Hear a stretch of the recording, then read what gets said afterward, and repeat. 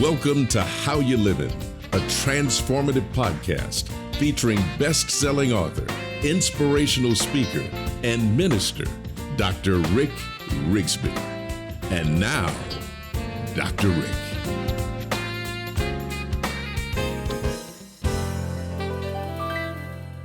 Hello, friends. So glad to be with you today. I want to talk to you about fear, but more specifically, how fear can paralyze forward progress or propel you to the next level. It's really our choice. Oh, I couldn't wait to discuss this because, friends, I am tired of living a limited life, limited by what I perceive to be fear too much of the time. And so I've been doing some thinking about this topic for the past few months, and I just want to share a few of my thoughts. Now, we know that we learn fear as a basic survival instinct. We learn it from childhood. It protects us from legitimate threats, both real and imagined. According to multiple sources, here are some of the top fears that we have. A fear of flying, a fear of heights, a fear of public speaking, a fear of snakes, a fear of spiders, a fear of darkness, a fear of storms, especially thunder and lightning, a fear of going to the dentist. I don't think the fear is going to the dentist. I think the fear is the dentist. A fear of confined spaces. I've even read on several lists a fear of zombies. Now, this is what I want you to remember. I want you to remember the fact that we learn to fear. Hold on to that thought. We learn to fear. Fear is defined as this unpleasant emotion caused by anticipated danger. It's a conscious awareness that we're in trouble, that we're in danger of some kind. And it's triggered by the threat of harm to us. And that threat can be real or imagined, but we learn it. And if we learn to become afraid, doesn't it seem logical that we can unlearn? Here's the problem, friend. Fear can overwhelm logic. Oh, baby. Isn't that the truth? Fear can overwhelm clear thinking. Fear can overwhelm even our faith.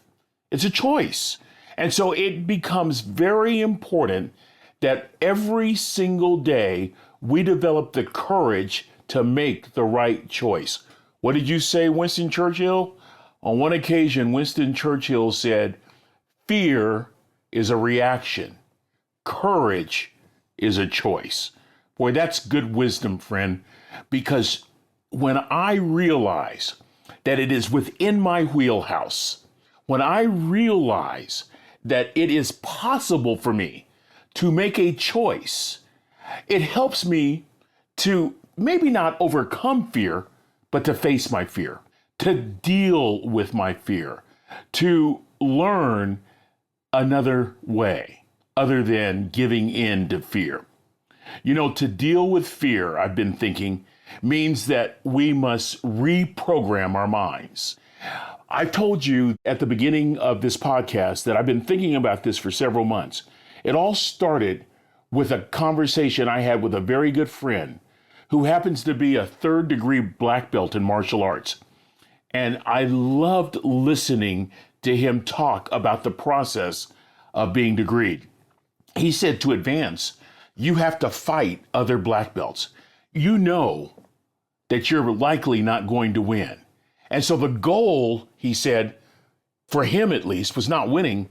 The goal was facing his fear. The goal was dealing with his fear. And he made some very interesting observations. He said one of the things he learned is that fear sucked his energy. He told me, he says, he's learned that fear sucks the energy out of life. And it causes your circle to get smaller and smaller because it reduces your possibilities. Oh, friend, I'll tell you, that conversation was a wake-up call for a 60-some-year-old man for me.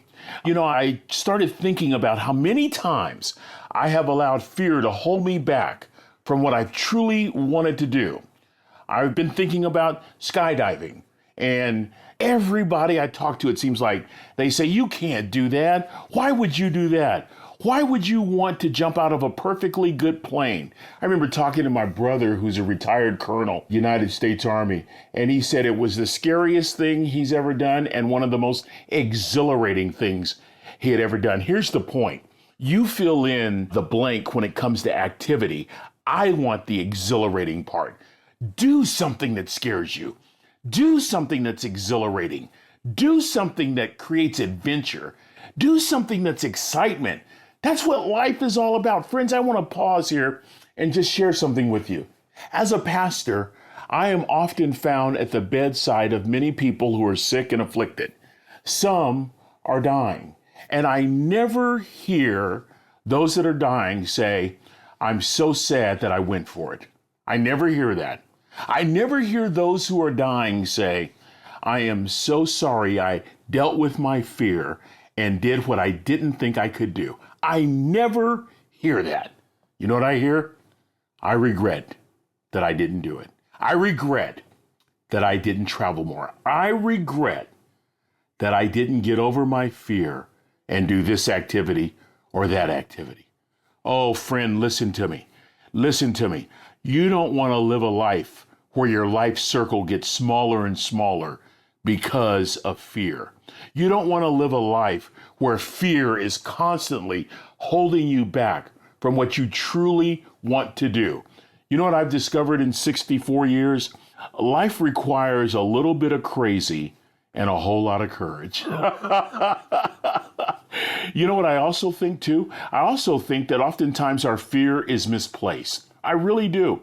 I remember when I became a new parent, we were trying to decide whether we could afford it. This was back in the 1980s.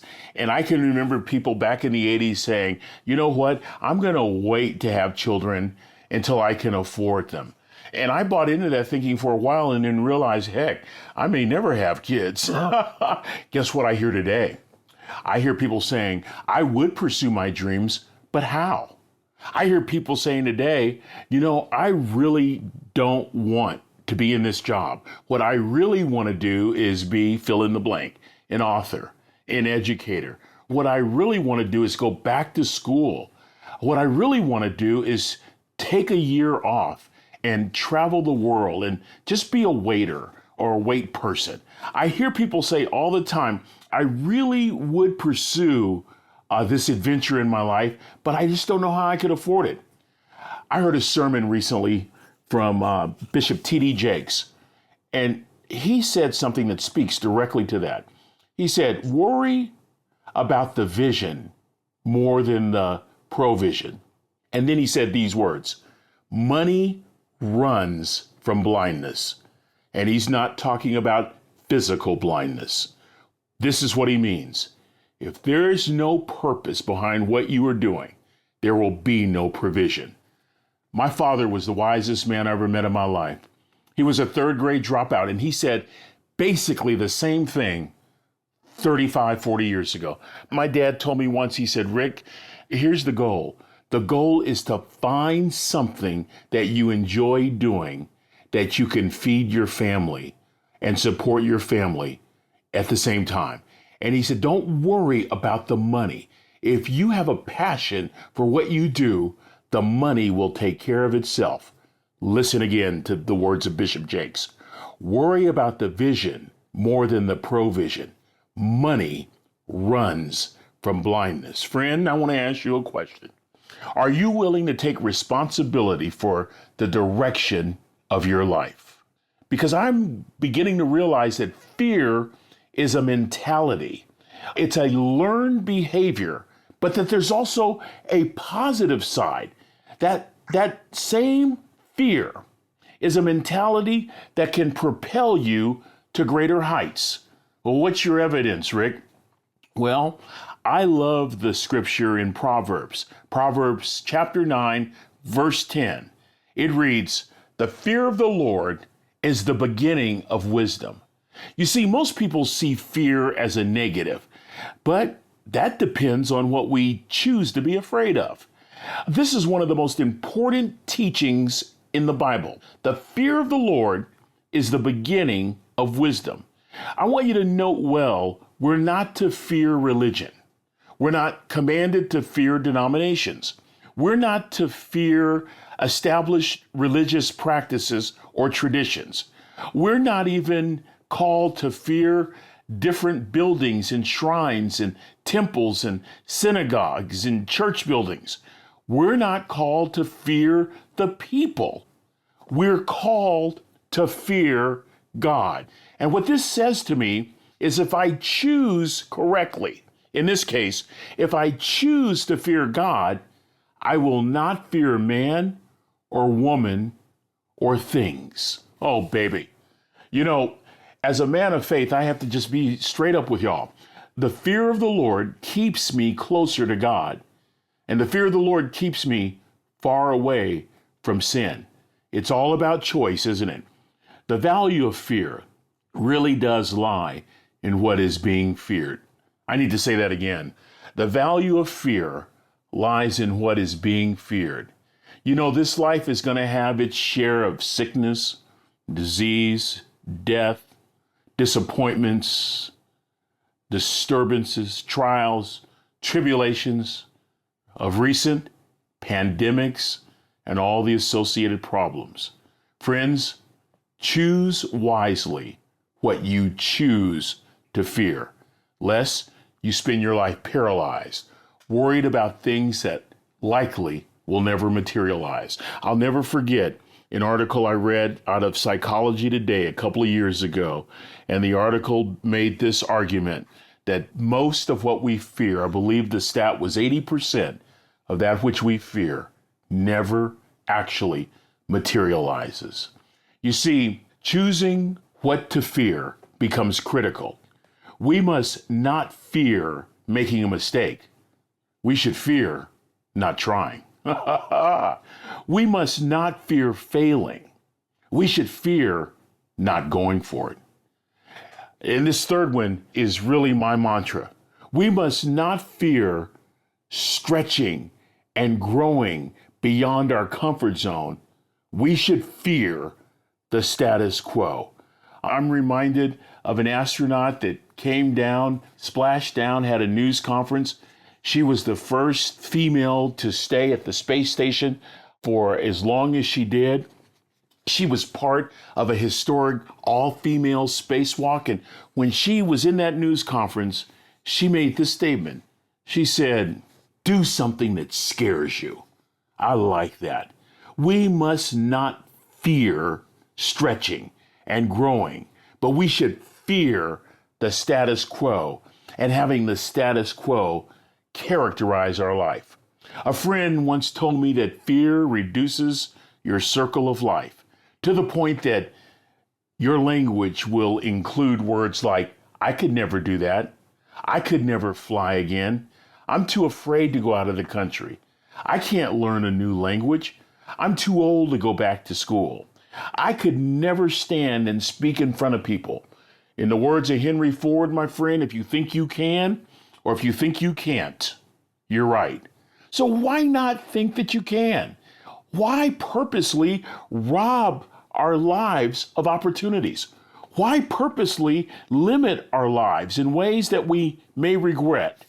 And so I want to close with some words from that famous philosopher Plato, who said on one occasion, "We can easily forgive a child who is afraid of the dark, but the real tragedy of life is when we adults are afraid of the light." Oh, baby.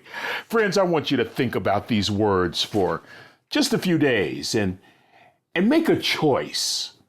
My choice today is to be courageous enough to deal with my fear. That's a good thing to do on a regular basis. Dwell on these things. Think on these things for a few days. And until we meet again, friends, this is Dr. Rick, asking you the most important question I can ask today. How you living? Are you ready to make an impact in your world right now? Do you want to stop existing and start living your best life right now? Dr. Rick wants to give you the first chapter of his best-selling book, Lessons from a third grade dropout, absolutely free. Just go to www.rickrigsby.com/free gift to get the print or audiobook right now. This is thepodcastfactory.com.